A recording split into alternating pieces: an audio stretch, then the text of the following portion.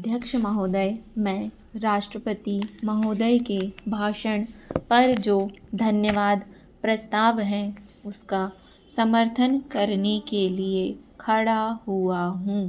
मुझे इस बात की खुशी है कि हमारी सरकार ने समाजवाद का केवल नारा ही नहीं लगाया है, बल्कि समाजवाद को मूर्त रूप देने के लिए कदम भी उठाने प्रारंभ कर दिए हैं। सबसे बड़ी बात तो यह है कि गरीबी हटाओ, गरीबी मिटाओ यह केवल आंदोलन ही नहीं रहा, बल्कि इसको कार्य रूप में परिणत करना भी आरंभ कर दिया गया है। इसके लिए मैं अपने प्रधानमंत्री को जितना भी धन्यवाद दूं वह थोड़ा ही है। मुझे आपसे यह भी कहने का साहस हो रहा है कि सरकार ने इस समय हमारे पहाड़ी क्षेत्रों को पूर्ण राज्य का दर्जा दे दिया है। आज तक तो वे बिल्कुल पिछड़े हुए थे। मैं आपसे यह कहने का भी साहस कर रहा हूँ कि पहाड़ी और सीमा के क्षेत्रों को राज्य का अधिकार तो दे ही दिया गया है, उनको यह अवसर भी दिया गया है कि वे अपने पिछड़े हुए इलाके को उन्नत बनाने के लिए स्वयं प्रयत्न करें और अपने पैरों पर खड़े हों।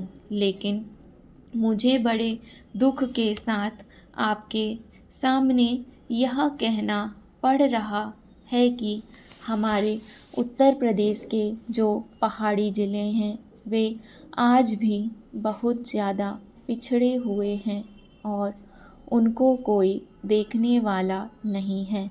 मैं सरकार का ध्यान इस बात की ओर दिलाना चाहता हूँ कि कुछ दशक पहले इसी दिल्ली में पहाड़ी इलाकों के सैकड़ों भूमिहीन किसानों का एक बहुत बड़ा जुलूस निकला था और उन्हें हमारे राष्ट्रपति ने आश्वासन दिया कि उनकी भूमि समस्या हल करने के लिए वे उत्तर प्रदेश की सरकार को लिख रहे हैं। लेकिन आपको सुनकर आश्चर्य होगा कि कई वर्ष बीत गए हैं, किंतु एक चप्पा भूमि भी किसी भूमिहीन को आज तक नहीं दी गई है। हमारे भूमिहीन किसान कभी जेल में सड़ते हैं और कभी कहीं मारे फिरते हैं, लेकिन भूमि उन्हें नहीं मिली। मैं इसी प्रकार आपको यह भी बता देना चाहता हूँ कि एक बार हमारे मुख्यमंत्री जी ने भी लिखा था कि हमारे उत्तर प्रदेश के जो पहाड़ी ज़िले हैं वे पूरी तरह से पिछड़े हुए हैं। इसके अलावा एक बार हमारे प्रधानमंत्री जब यहाँ दौरे पर आए थे तब उन्होंने एक सार्वजनिक सभा में भाषण दिया था। उपाध्यक्ष महोदय, अपने भाषण में उन्होंने कहा कि मैंने आज तक ऐसी गरीबी के दर्शन नहीं किए जैसा कि मैं देख रहा हूँ। ऐसी गरीबी जब हम स्वतंत्र नहीं थे तब अवश्य देखने को मिलती थी, लेकिन स्वतंत्रता के पश्चात मैं पहली बार ऐसी गरीबी देश के किसी भाग में देख रहा हूँ। देश के विकास के काम को बढ़ाकर ही ऐसी गरीबी हम हटा सकते हैं। सरकारी उद्योगों की अजीब स्थिति है। हर संभव कोशिश से और सद्भाव बनाकर सरकारी उद्योगों के कर्मचारियों को आप अच्छा वेतन देते हैं और उन्हें रहने का अच्छा स्थान देते हैं, फिर भी घाटा होता है और देश का नुकसान होता है। कारण क्या है? कारण यह है कि आपकी औद्योगिक नीति गलत है और जो रुपया आपके पास है उसको भी आवश्यक काम के लिए खर्च नहीं कर रहे हैं। एक तरफ बोकारो के लिए 600 करोड़ रुपया रख रहे हैं और दूसरी ओर राजस्थान नहर को पूरा करने के लिए आप कहते हैं कि हमारे पास पैसा नहीं है।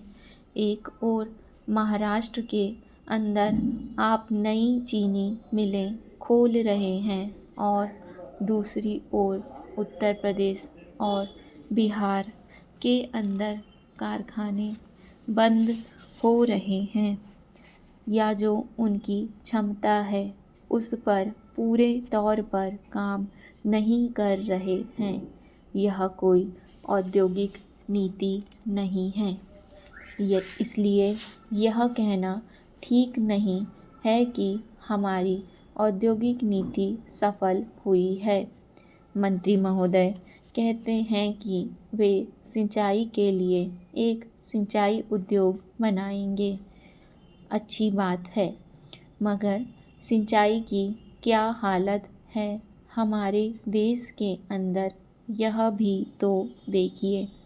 जिस समय हमारे देश में कोसी बांध का काम शुरू हुआ था उस समय पाकिस्तान ने एक बांध पूरा कर लिया था।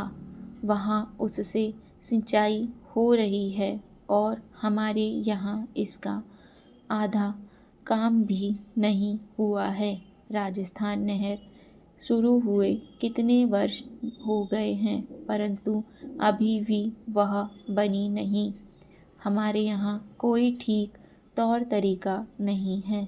मंत्रियों और सांसदों के मकानों के लिए करोड़ों रुपए निकल सकते हैं, मगर देश के उद्योग के लिए, देश के किसान और मजदूर के लिए जो रुपया चाहिए वह नहीं मिल सकता। उसके लिए रुपया नहीं दे सकते हैं। यह कोई उद्योग नीति नहीं है, यह एक खिलवाड़ किया जा रहा है। मैं कल सदन को बतला रहा था कि कुछ सड़कें विश्व बैंक की सहायता से बनने वाली थी। महोदय, समाज कल्याण संस्थाओं का काम बहुत बड़े परिमाण में बढ़ा है। आजकल इसके लिए अनुदान भी पहले से कहीं अधिक दिए जाते हैं। हर पंचवर्षीय योजना में हम इस पर अधिकाधिक धन खर्च करते हैं और आजकल समाज कल्याण का कार्य करने वाले पूर्णकालिक कार्यकर्ता भी पहले से बहुत अधिक हैं। लेकिन मैं ऐसा अनुभव करती हूँ कि जैसे जैसे हमारे व्यय और कार्यक्रम बढ़ते जाते हैं वैसे वैसे इस काम में व्यक्तिगत उत्साह और लगन की भावना घटती जाती है। अध्यक्ष महोदय ने मिशनरी भावना का उल्लेख किया है और मैं भी अनुभव करती हूँ कि आज वह नहीं है।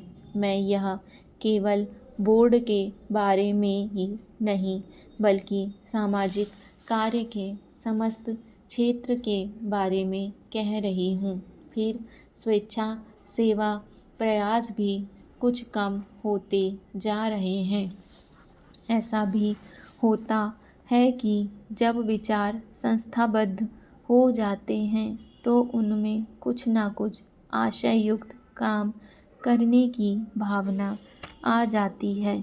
यह मनुष्य का स्वभाव है, किंतु सारे सामाजिक कार्य का लक्ष्य तो उसी संवेदन के अभाव और निस्वार्थता पर संदेह के परिणामों से लड़ना है, जिसकी प्रायः मानव स्वभाव कहकर अनदेखी कर दी जाती है। स्टॉप।